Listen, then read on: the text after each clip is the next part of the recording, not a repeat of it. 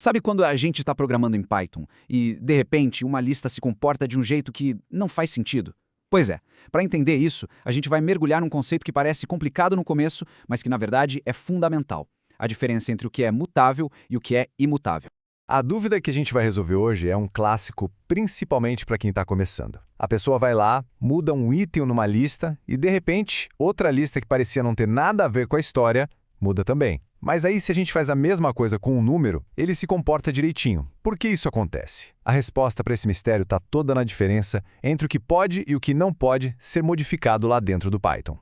Ok, para desvendar isso, o primeiro passo é mudar um pouco a nossa forma de enxergar as variáveis. Muita gente pensa que uma variável é tipo uma caixinha onde a gente guarda um valor. Mas em Python, não é bem assim. O jeito certo de pensar é que uma variável é como uma etiqueta, um rótulo, que a gente cola em um dado que está guardado na memória. Essa imagem aqui mostra isso perfeitamente. Dá uma olhada. As variáveis A, B, C, D, elas não são os dados em si. Elas são só os nomes, as setinhas, que apontam para os dados. A variável A é um rótulo colado no objeto que guarda o número 3. A variável D é um rótulo colado no objeto que é uma lista. Guarda bem essa ideia, porque ela é a chave para a gente entender todo o resto. Beleza, então vamos começar pelo mundo dos dados que a gente chama de imutáveis. O que isso quer dizer? Simples, são dados que, depois de criados, nunca, jamais, podem ser alterados. Um número inteiro é o exemplo perfeito para a gente entender isso. Vamos imaginar um código bem simples. A gente cria a variável A e diz que ela vale 3. O que acontece? O rótulo A é colado no objeto que representa o número 3. Agora, e se na linha de baixo a gente disser que A agora vale 6? O que será que acontece na memória? A primeira coisa que vem à cabeça é que o Python pega aquele 3 e transforma ele num 6, né? Mas não é bem isso que rola por baixo dos panos.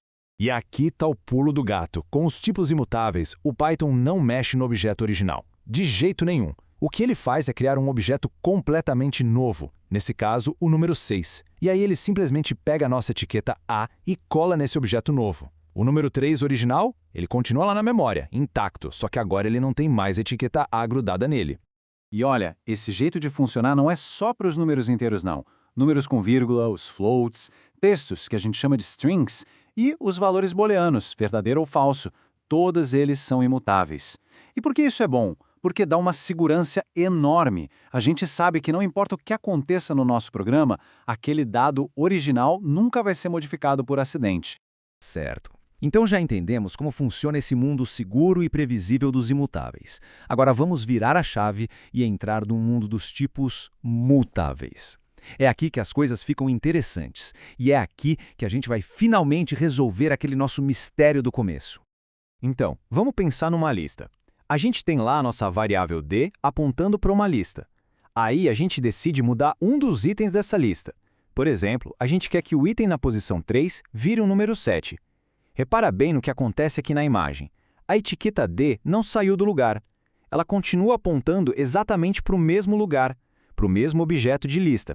Essa é a diferença fundamental. O Python não criou uma lista nova. Ele foi lá naquele objeto de lista que já existia e alterou ele por dentro. O objeto em si é o mesmo, mas o conteúdo dele mudou. É exatamente como abrir uma caixa, trocar uma coisa lá dentro e fechar de novo. A etiqueta da caixa continua no mesmo lugar.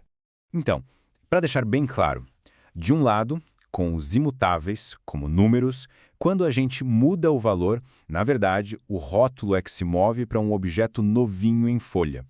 Do outro lado, com os mutáveis, como as listas, quando a gente muda um valor, o objeto é modificado por dentro, no mesmo lugar. O rótulo não se mexe, quem muda é o próprio objeto.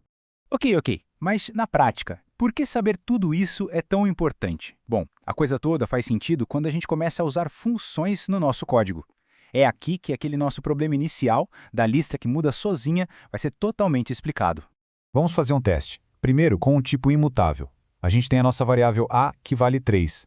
Aí a gente passa essa variável para uma função. E lá dentro da função, o código tenta mudar o valor para 5. A pergunta é, depois que a função terminar, o que acontece com a nossa variável A original, lá fora? Então, olha o que acontece nos bastidores. Quando a função é chamada, ela cria uma etiqueta nova só para ela, a x. No comecinho, tanto a etiqueta A de fora quanto a X de dentro apontam para o mesmo objeto, o número 3. Só que aí a função roda a linha x igual a 5. O que acontece? O Python simplesmente pega a etiqueta de dentro da função, a x, e move ela para um objeto novo, o número 5. E qual o resultado? A nossa etiqueta original, a A, que estava lá fora, nem sentiu o que aconteceu. Ela não foi tocada. Continua firme e forte apontando para o número 3. Ou seja, a mudança que aconteceu dentro da função ficou presa lá dentro. Agora, vamos para o gran finale. Vamos repetir o mesmíssimo teste, só que desta vez com uma lista, que é mutável. A gente passa a nossa mylist para uma função que vai lá e muda o primeiro item dela. Será que agora o resultado vai ser diferente? O começo da história é igual. A gente tem a etiqueta de fora, mylist, e a etiqueta de dentro da função, lst. E as duas estão apontando para o mesmo único objeto de lista na memória. É isso mesmo, são dois nomes diferentes para exatamente a mesma coisa. E é aqui que tudo muda. Quando a função usa a etiqueta dela, a lst, para alterar a lista, ela não cria uma lista nova. Lembre-se, listas são mutáveis. Ela vai lá e modifica aquele único objeto que existe, o mesmo objeto que a etiqueta de fora também está apontando. Resultado final? Como a nossa etiqueta mylist lá de fora nunca saiu do lugar, ela continua apontando para aquele objeto. Só que agora o objeto foi modificado. Então a mudança feita lá dentro da função é perfeitamente visível aqui fora. E pronto, mistério resolvido. É por isso que mudar uma lista dentro de uma função acaba alterando a lista original. Bom, depois de tudo isso, o que fica de lição? O que a gente precisa guardar para escrever códigos melhores e com menos surpresas? A grande lição é a seguinte. Primeiro, variáveis são rótulos, não caixas. Segundo, os tipos imutáveis, como números e textos, são seguros. Qualquer mudança neles, na verdade, cria um dado novo.